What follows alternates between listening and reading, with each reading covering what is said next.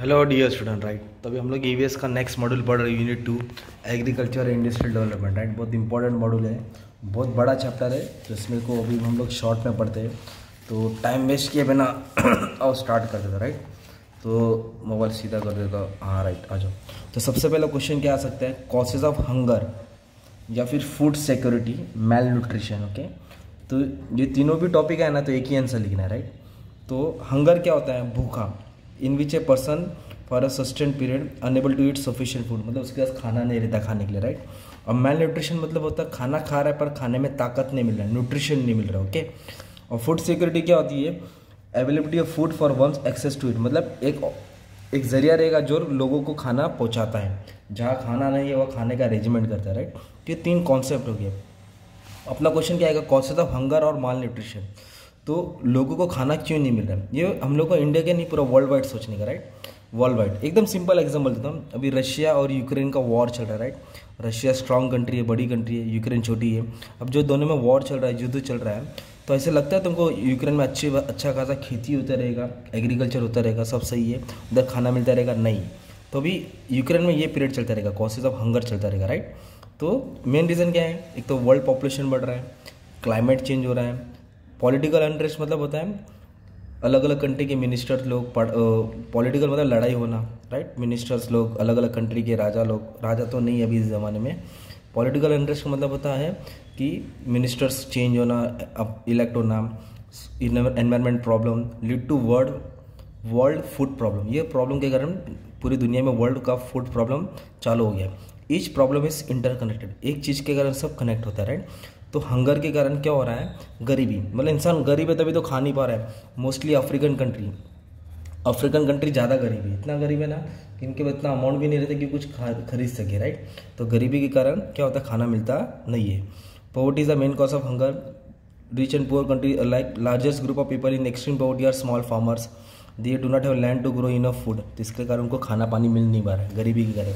Next क्या दिया है, फूड शॉर्टेज एंड वेस्टेज, मतलब शॉर्टेज हो रहा है। Right, food shortage in developing countries are common, मतलब अभी जिसके पास पैसा खरीद के खा ले, जिसके पास नहीं है तो वहाँ से फूड शॉर्टेज हो रहा है ना, और खेती बाड़ी बराबर नहीं होगी, क्लाइमेट बराबर नहीं है, बाढ़ आएगा, भूकंप आएगा, तो वहाँ से कहाँ अनाज उगेगा। तो इसके लिए क्या हो रहा है मालूम है क्या, जो स्मॉल फैमिली से who depend on their own surplus to survive between harvest, मतलब जो खेती बाड़ी से एक्स्ट्रा होता है, एक्स्ट्रा अनाज होता है संभाल के रखते हैं, अगर वही खत्म हो गया तो फूड का शॉर्टेज होता है।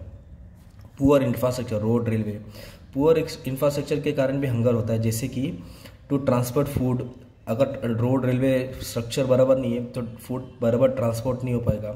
The road where so poor it was not possible to reach all who need the food to survive, अब जहाँ जहाँ भूखे लोग हैं वहाँ रोड बराबर नहीं है तो खाना नहीं पहुँच रहा है। क्लाइमेट चेंज होते जा रहा है, ठंडी गर्मी बारिश कभी भी हो रही है, फसल नुकसान हो रहा है, वॉर हो रहा है, रशिया यूक्रेन का एग्जाम्पल डाल देंगे, देश में झगड़ा हो रहा है। तो ये रीज़न के कारण पब्लिक गवर्नमेंट क्या करता है, पब्लिक को इग्नोर करता है, उनके ऊपर ख्याल नहीं करता है, राशन नहीं बढ़ता है। और न्यूट्रिशन क्वालिटी, जो पब्लिक खाना खा रही है इसमें ताकत नहीं है, सिर्फ खा रहे और बाथरूम कर रहे, खा रहे और हग रहे, मतलब जिस तरह का न्यूट्रिशन होना चाहिए, बदन में लगना चाहिए, ग्रो होना चाहिए, वो नहीं हो रहा। राइट, और क्या बताया इधर, मेल न्यूट्रिशन मतलब खाना खा रहे पर खाने में एनर्जी और न्यूट्रिएंट्स नहीं है, तो यही आंसर डाल देने का। ठीक है, और फूड सिक्योरिटी का क्या काम होता है कि टाइम पे फूड सप्लाई कर देना, तो वो भी अपना काम बराबर नहीं कर पा रहा है, जिसके कारण डिस्टर्ब हो रहा है। अगर ये भी क्वेश्चन है ना, अनइवन फूड प्रोडक्शन, तो यही टॉपिक डाल देने का। राइट, तो एक आंसर तुम्हारा कवर हो गया। ठीक है, सिंपल। अभी नेक्स्ट क्या तुमको पढ़ा रहा हूँ, अब थोड़ा ध्यान देने का। ठीक है, बुक बराबर छपा नहीं है तो हेल्प कर दो। सस्टेनेबल एग्रीकल्चर प्रैक्टिस, मतलब ऐसा एग्रीकल्चर प्रैक्टिस करना ना कि एग्रीकल्चर का जो काम है, जो खेती बाड़ी कभी रुके नहीं, चलते रहे। सस्टेनेबल मतलब कंटिन्यू होते रहे, जो फ्यूचर में चलते रहे। राइट, तो sustainable agriculture farming is a sustainable way based on understanding ecosystem service, environment को समझना, relationship between organism and environment, मतलब नेचर को समझ के, नेचर की हेल्प के थ्रू एग्रीकल्चर प्रैक्टिस करना, जिसके कारण इंसान को टाइम पे खाना मिले, अपना एनवायरनमेंट भी हेल्थ रहे, अपना एनवायरनमेंट का नुकसान नहीं होना चाहिए, और रिसोर्स का अच्छे से यूटिलाइज करें और फार्मर लोग अच्छी ज़िंदगी जी सके।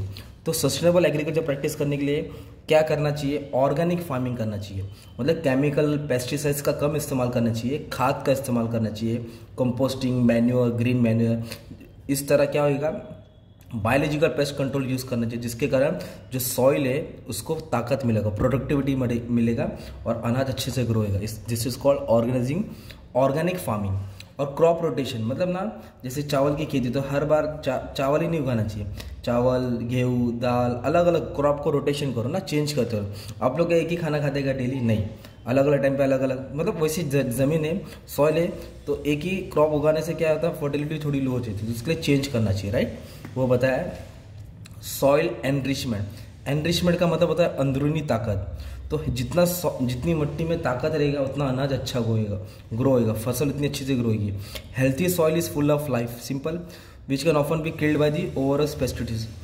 तो गुड सॉइल कैन इंक्रीज, अच्छा अगर मिट्टी रहेगा, इंक्रीज यील्ड्स, तो ज़्यादा अनाज उगेगा, और क्रिएटिंग मोर रोबस्ट क्रॉप, अच्छी क्रॉप होगा जिसमें फसल अच्छी होगी, क्वालिटी ऑफ सॉइल के कारण अच्छा खाना मिलेगा, राइट। हार्वेस्टिंग अच्छा होएगा, फील्ड अच्छा होएगा। ये होता है, ये क्या होता है, सस्टेनेबल एग्रीकल्चर प्रैक्टिस का तरीका। अब इसका बेनिफिट भी पढ़ना है तुमको।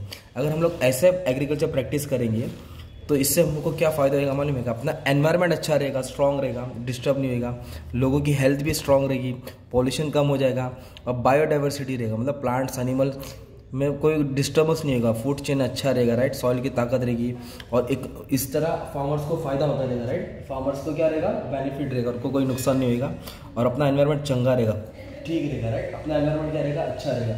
इस तरीके से हम लोग क्या कर सकते हैं, सस्टेनेबल प्रैक्टिस करके ये फ़ायदा उठा सकते हैं। तो अपने नेचर को क्या कर सकते हैं हम लोग, हेल्प कर सकते हैं। तो एक ये वाला टॉपिक पढ़ने का, राइट, ठीक है, एक ये वाला टॉपिक पढ़ने का अपने पास। अभी नेक्स्ट टॉपिक बहुत इंपॉर्टेंट है, एक तो पॉल्यूशन के ऊपर डाल देना 1 वर्ड्स में। टॉपिक क्या है, ग्लोबल वार्मिंग। क्या दिया है, ग्लोबल वार्मिंग। तो ग्लोबल वार्मिंग का मतलब क्या होता है, इंक्रीजिंग इन अर्थ टेम्परेचर। जो अर्थ का टेम्परेचर है धीरे धीरे क्या हो रहा है, बढ़ती जा रहा है, जिसके कारण गर्मी ज़्यादा बढ़ रही है, राइट।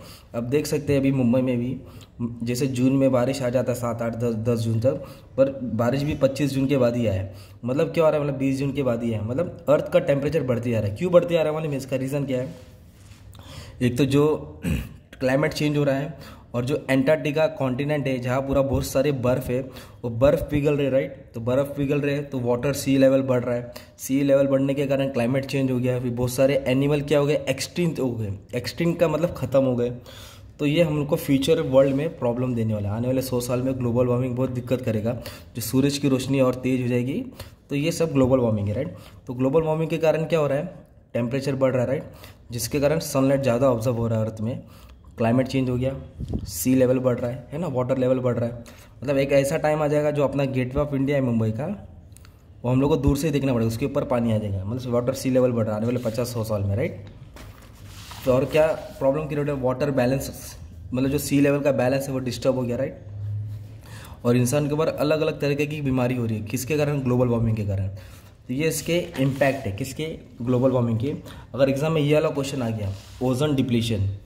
ओजोन डिप्लीशन एक लेयर होता है, जो गैसेस का लेयर होता है, वो डिप्लीट हो रहा है। डिप्लीट मतलब क्या हो रहा है, कम हो रहा है। तो जिसके कारण क्या हो गया, हमको अलग अलग तरीके की बीमारी फैल रही है, राइट। तो ओजोन डिप्लीशन क्यों हो रहा है, हम लोग ज़्यादा एसी यूज़ कर रहे हैं, रेफ्रिजरेटर यूज़ कर रहे हैं, जिसके कारण CFC क्लोरोफ्लोरोकार्बन बाहर जा रहा है, राइट। तो जितना ये गैस बाहर जाएगा, हवा बाहर जाएगा, कार्बन बाहर जाएगा, उतना ओजोन डिप्लीट होगा, जिसके कारण हम लोग को स्किन कैंसर, आई डैमेज, हमारा इम्यून सिस्टम डैमेज होएगा, जल्दी बूढ़े हो जाएंगे, बहुत सारे इम्पैक्ट आ जाएंगे। तो ये ओजोन डिप्लीशन और ग्लोबल वार्मिंग आया तो सेम आंसर डाल देने का, राइट। तो एक ये भी टॉपिक तुम्हारा कवर होगा, ठीक है। अभी नेक्स्ट और इम्पोर्टेंट टॉपिक क्या है तुम्हारा, इंडस्ट्रियल प्रैक्टिस सस्टेनेबल। वो एग्रीकल्चर था, ये इंडस्ट्री है। तो इसमें क्या लिखने का, ग्रीन बिजनेस लिखने का। क्या लिखने का तुमको, ग्रीन बिजनेस। ग्रीन बिजनेस का सिंपल एग्जाम्पल तुमको दोगे कि नोटबुक दिखाता हूँ, सुलभ क्या है इसमें। देखो क्या दिया नोटबुक में, रिसाइकल दिया है, इको फ्रेंडली दिया है, ग्रीन दिया है ना। तो मतलब क्या हो रहा है मालूम है, ये जो बुक्स है, ये जो कंपनी है जो बुक्स बना रही है, ये एनवायरनमेंट को डैमेज नहीं कर रही है, इको फ्रेंडली प्रोडक्ट है, जिसको एनवायरनमेंट से कोई नुकसान नहीं है, हानिकारक नहीं है। तो उसको बोलते हैं ग्रीन बिजनेस। क्या बोलते हैं उसको, ग्रीन बिजनेस, राइट। सस्टेनेबिलिटी मतलब बिजनेस चलना चाहिए, environment friendly product, okay, greenery पे ध्यान देना, राइट। और ऐसा प्रैक्टिस करना जिससे एनवायरनमेंट क्या रहेगा, सेफ रहेगा। क्या रहेगा, सेफ रहेगा। तो ये मीनिंग डाल देने का है। और हम लोग जो कंज्यूमर है ना, हमको भी ग्रीन कंजम्पशन करना चाहिए, मतलब वही कंजम्पशन करना चाहिए जो अपने एनवायरनमेंट को मदद करे, ओके, हेल्प करे। मतलब जैसे प्लास्टिक है तो प्लास्टिक की जगह पे क्लॉथ बैग यूज़ करना चाहिए, राइट। और ग्रीन बिजनेस में कंपनी क्या फॉलो करती है, R मंत्रा फॉलो करती है, रिड्यूस, रीयूज, रिसाइकल, है।